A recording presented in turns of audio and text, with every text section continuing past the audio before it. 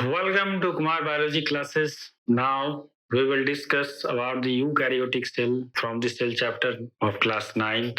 We will discuss about the structure of eukaryotic cell. In this video, we will discuss about firstly different parts of the eukaryotic or the major parts of the eukaryotic cell and its different structures or its components. So firstly, eukaryotic cell. We already know what is eukaryotic cell. जो eukaryotic cell है can be divided into its three major parts.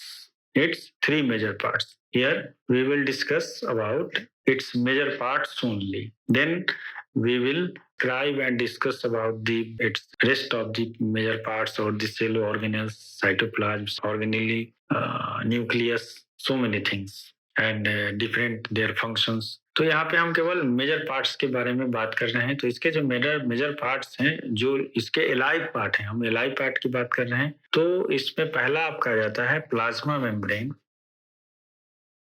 या फिर इसे बोलते हैं cell membrane, then nucleus and cytoplasm. तो जो eukaryotic cell है इसको तीन मुख्य भागों में इसके पार्ट्स को बांटा जा सकता है. अब ये लागू होता है आपके प्लांट और एनिमल सेल दोनों में. प्लांट सेल में एक आपका एक्स्ट्रा आउटर मोस्ट कवरिंग आ जाएगा जिसे सेल वॉल बोलते हैं, but cell wall is not a alive part of this cell. ठीक है, वो इसका एलाइव पार्ट नहीं होता है. इस कारण से उसके सेल के पार्ट्स के रूप में नहीं, हम लोग एक्स्ट्रा आउटर मोस्ट कवरिंग के रूप में उसको हम लोग पढ़ते हैं. तो जब भी यूकैरियोटिक सेल की बात आती है तो उसके जो मेजर पार्ट्स हो जाते हैं, ये पार्ट्स हैं, टाइप नहीं समझिएगा, पार्ट्स हैं.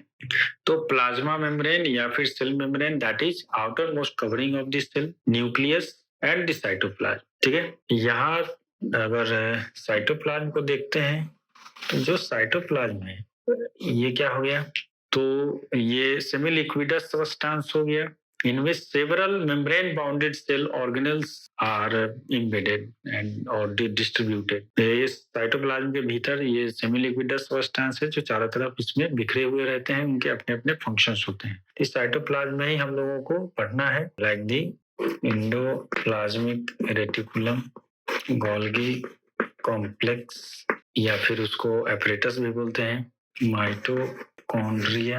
अगर प्लांट सेल है तो क्लोरोप्लास्ट, एनिमल सेल है तो लाइसोसोम, देन राइबोसोम्स. न्यूक्लियस है तो इसमें nuclear membrane, nucleoplasm, chromatin network.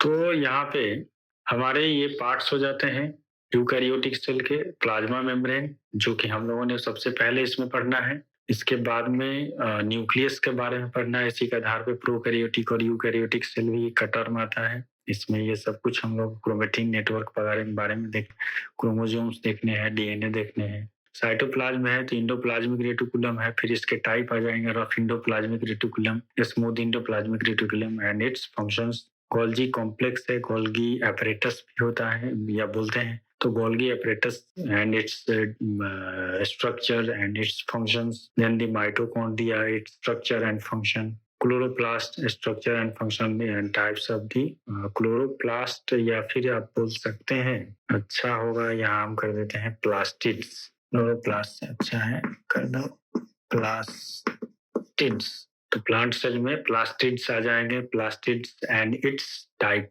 तो इसके टाइप आ जाएंगे जिसमें कि आपका क्लोरोप्लास्ट भी आ जाएगा, क्रोमोप्लास्ट भी आ जाएगा और ल्यूकोप्लास्ट भी आ जाएगा. तो प्लास्टिड्स आ जाते हैं. लाइसोसोम्स आ जाएंगे, प्लांट सेल में भी हो सकता है, एनिमल सेल में ज्यादा पाए जाते हैं. राइबोसोम्स आ जाएंगे, इसके स्ट्रक्चर फंक्शंस आ जाएंगे. तो राइबोसोम आ गया. कुछ माइक्रोबडीज और पेरोक्सीजोम्स कई बार आ जाते हैं. तो ठीक है, तो इतना हम लोगों को पढ़ लेना है. साइटोप्लाज्म में nucleus and the protoplasm, plasma membrane. Plasma membrane आपका काफी ज्यादा इम्पोर्टेंट हो जाता है सेल चैप्टर में. सबसे ज्यादा अगर कुछ पढ़ना और समझने लायक है, कारण plasma membrane firstly surround the cell content. If there is no plasma membrane then there is no existence of this cell. तो सबसे पहला जो है वो सारे सेल कंटेंट को ये घेरने वाला है, ये सेल का एक स्ट्रक्चर तैयार करता है. Then it also decides whatever substances have to move or enter into the cell or exit from the cell, or it also prevent the of the substances. तो प्लाज्मा मेम्ब्रेन हर cell के हर चीज को, ये metabolism को ये control कर रहा होता है। तो प्लाज्मा मेम्ब्रेन का जो फंक्शन है वो काफी इंपॉर्टेंट हो जाते हैं सेल को समझने के लिए। न्यूक्लियस और साइटोप्लाज्म जो है ये एक फिर से dense semi liquidous jelly like substance में ये सभी बिखरे हुए रहते हैं। That is collectively known as the protoplasm, जिसको हम लोग प्रोटोप्लाज्म बोलते हैं। हमने सेल के हिस्ट्री में भी देखा कि it is coined by the Purkinje ने सबसे पहले टर्म दिया था प्रोटोप्लाज्म का। तो प्रोटोप्लाज्म होंगे तभी सेल को एलाइव सेल बोला जाता है।